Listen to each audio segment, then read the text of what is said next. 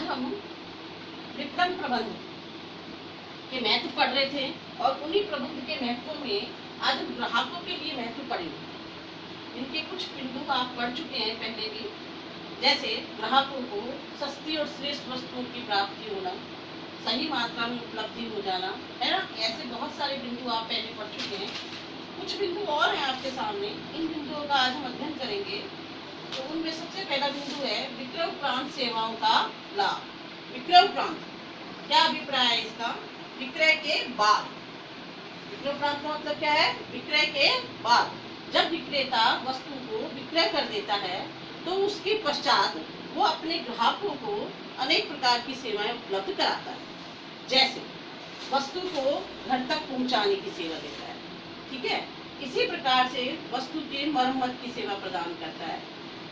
और क्या उपलब्ध कराता है? गारंटी की सुविधा। गारंटी तो आजकल नहीं दी जाती, लेकिन वारंटी की सुविधा दी जाती है। जैसे 1 वर्ष के लिए या 2 वर्ष के लिए या 5 वर्ष के लिए यदि वस्तु में कोई खराबी आए तो उसको रिप्लेस करने की या उसमें बहुत सारे पार्ट्स को चेंज करने की व्यवस्था दी जाती है।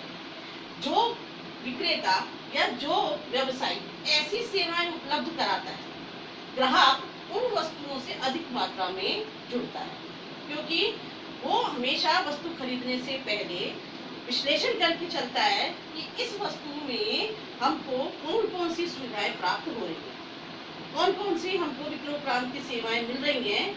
जिन व्यवसायियों के द्वारा ऐसी सेवाएं ज्यादा समय तक या ज्यादा मात्रा में दी जाती हैं, हम ग्राहक उन्हीं वस्तुओं को ज्यादा मात्रा में क्रय करते हैं। तो आज विपणन प्रबंध का जो महत्व है वो इस क्षेत्र में बहुत ज्यादा है, विक्रय उपरांत की सेवाओं में।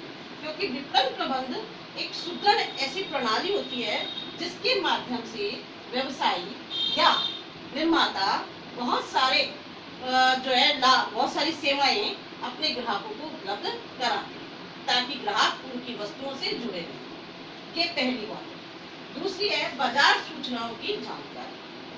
विपणन प्रबंध विपणन के जो सुचारू जो संचार की व्यवस्था होती है, उस सुदृढ़ माने बहुत अच्छी, ऐसी सुचारू व्यवस्था से जुड़ी हुई होती है विपणन प्रबंध की का जो महत्व है वो, कि जिससे कि वस्तुओं की जानकारी तुरंत ग्राहकों को मिल जाए।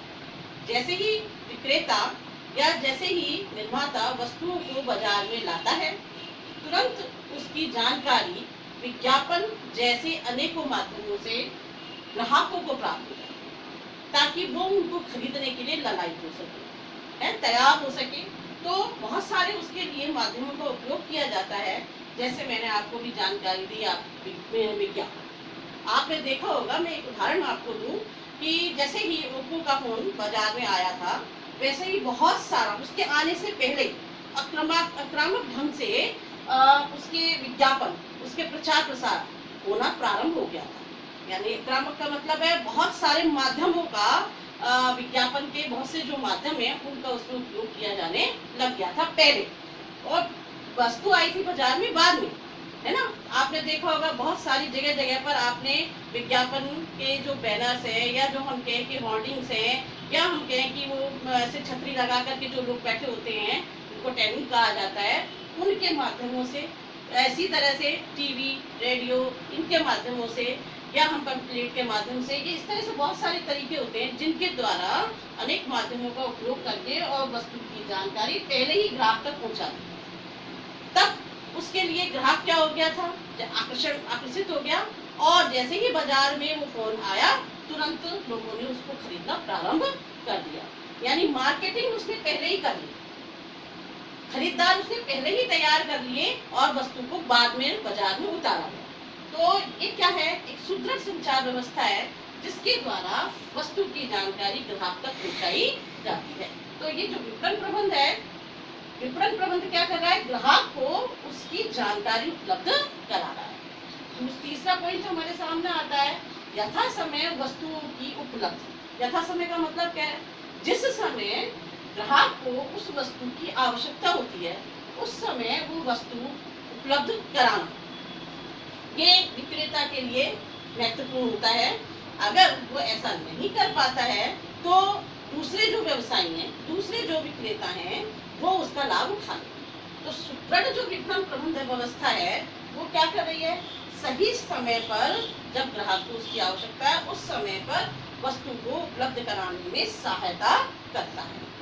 जैसे अभी कुछ समय के पश्चात सर्दियां आ जाएंगी, तो जैसे ही सर्दियां आना लगेंगी उससे पहले ही मार्केट में आप देखेंगे ऊनी वस्त्र, है ना, ऐसे ही बारिश आने लगती है तो छाते या रेनकोट जैसी जो जिनकी हमको वस्तुओं की आवश्यकता होती है वो वस्तुएं बाजार में उपलब्ध होने लग जाती है। तो ये कैसे संभव हुआ कि पहले सूचनाओं को एकत्रित किया जाता है कि इस समय ग्राहक को किस प्रकार की वस्तु की जरूरत है, ठीक है, उसी हिसाब से वस्तुओं को पहले तैयार कराया जाता है और जैसे ही उसकी आवश्यकता महसूस होने लगती है उससे पहले ही उनको वस्तुओं को स्टोर कर दिया जाता है भंडार में, और जब उनकी जरूरत होती है वहां से उन वस्तुओं को ग्राहकों तक पहुंचा दिया जाता है। तो इस तरह से यथा समय पर वस्तुओं की उपलब्धि कराने में विपणन प्रबंध का महत्वपूर्ण भूमिका होती है। तो ग्राहक को किसी प्रकार की कष्ट नहीं होता है, उसको परेशानी नहीं होती है, उसको इधर उधर तलाश नहीं करनी पड़ती है और उसको अपने आसपास में ही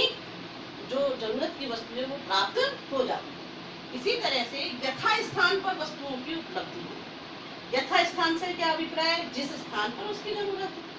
जिस तरह से जिस समय की हम बात कर रहे थे उसी तरह उस स्थान की हम बात करेंगे, क्योंकि अलग अलग स्थान का अलग अलग क्लाइमेट होता है, वातावरण अलग अलग होता है। जैसे कि हमारे भारत में हम अगर उसको बांट दे उत्तर भारत और दक्षिण भारत में तो क्लाइमेट में बहुत अंतर है, तो उसी हिसाब से उनकी वस्तुओं की आवश्यकता भी होती है वहाँ के लोगों को। तो उन स्थानों पर जिस तरह की वस्तुओं की आवश्यकता है उसी प्रकार की वस्तुओं की उपलब्धि व्यवसायी के द्वारा उस स्थान पर करा दी जाती है।